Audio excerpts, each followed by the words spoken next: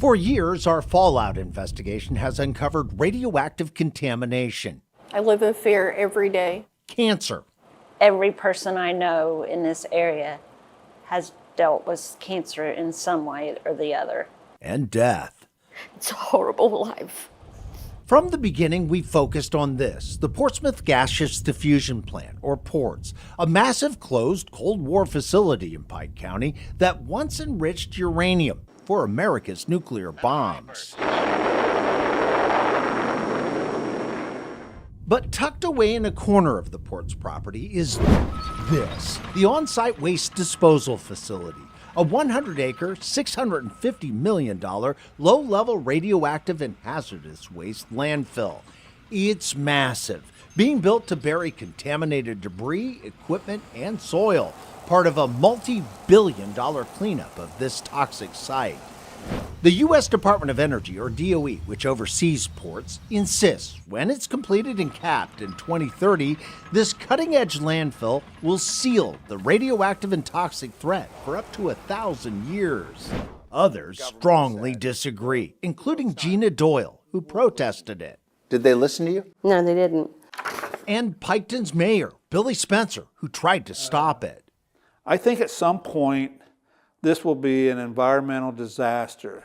Even DOE's former Assistant Secretary of Environmental Management, Ann White, who oversaw the cleanup at Ports and other contaminated sites across the country, says Ports is simply the wrong place for a radioactive landfill. Should that landfill have ever been built? My opinion, no. The reason White and others say that has everything to do with this. Water. Pike County, where Ports is located, receives an average rainfall of nearly 4 feet a year.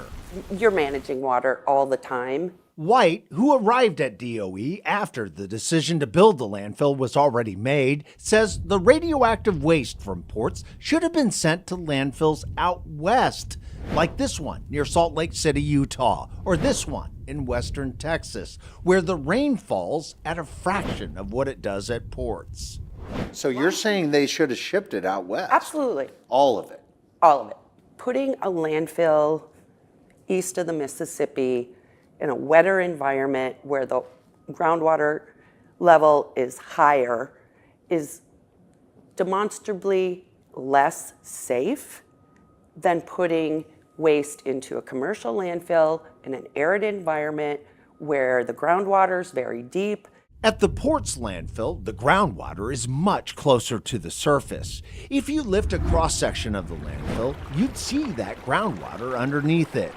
Just 3 miles away, an ancient river still flows underground. It's called the Taze Aquifer, and it runs from Virginia, West Virginia, and Kentucky to and through Ohio before cutting under Indiana and Illinois, providing water to countless homes and communities along the way.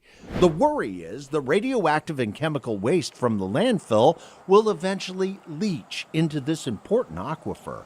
Millions of people can be affected by this. All it takes is a leak. Yeah. While DOE insists the aquifer is too far away and the landfill will be airtight, Piketon's mayor believes it's just a matter of time before the radiation and chemicals create a catastrophe. Is this a ticking time bomb? It always has been. Certainly a recipe for trouble. It could be, indeed. While White steers clear of dire warnings, she agrees the landfill at Ports does pose a threat she says she would have stopped before it started. Would you have killed this landfill idea? Yeah. I would have demanded a much more rigorous evaluation and study of it. Dwayne Pullman, Local 12 News. Well, WKRC's Dwayne Pullman joins us for an in-depth discussion about that threat, that radioactive contamination that poses a threat to Ohio and even some surrounding areas. And Dwayne, I think really my first question is if the residents and even the mayor believe that it's just a, quote, matter of time before catastrophe hits, especially when we're talking about these radioactive and chemical wastes going into that aquifer. What plans are in place if that happens? I mean, does the DOE even have any kind of backup plan for that? Well, the U.S. Department of Energy is absolutely insisting that they've highly engineered the landfill, that nothing will go wrong. But if you consider that they're meeting what they say they're meeting, a 1,000-year plan of safety, they're dealing with, on the radioactive side, a threat that is, millions of years of half-life. So it will be a threat, and it relies on their engineering and their constant monitoring. So in and of itself, they just inherited not just 1,000 years, but millions of years to make sure it doesn't hit the water supply. Yeah, you mentioned it right there, right? A threat. I know that catastrophe was even a word that was used in your reporting. Talk to me, what does that look like if catastrophe were to hit? And you just mentioned some of that possible water contamination. So the landfill will contain what they call low-level radioactive waste in addition to chemical waste. And some of that is, enriched uranium, the stuff that is used for bomb making, other elements that are associated with plutonium, because that was in the mix as well. Most of it is construction debris from tearing down the buildings around there, but they were contaminated. They said they cleaned them, but they're still contaminated with some of this stuff. And then you have things like trichloroethylene, and you have all kinds of other things, PCBs, that are involved in this. I was just told that they're cutting up equipment, trucks and other front-end loaders, you name it, that are too contaminated to be used. So it runs the mix here on all kinds of threats to the environment. That's why they're putting it in a landfill and they're trying to seal it in. The question is, will that be enough?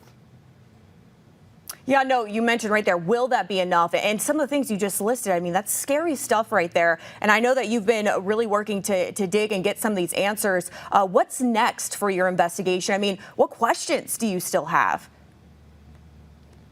So we have all kinds of questions. If you review the questions I ask and the answer from the U.S. Department of Energy, it almost always is just kind of a standard or stock answer. It doesn't, they don't answer the specific questions. So I wish they would, because I'd like a partner in this that actually explained what is the rationale for there is no public health threat. That's what they say about this. I've aired now in 4 years more than 30 different investigative reports on all kinds of threats coming from this.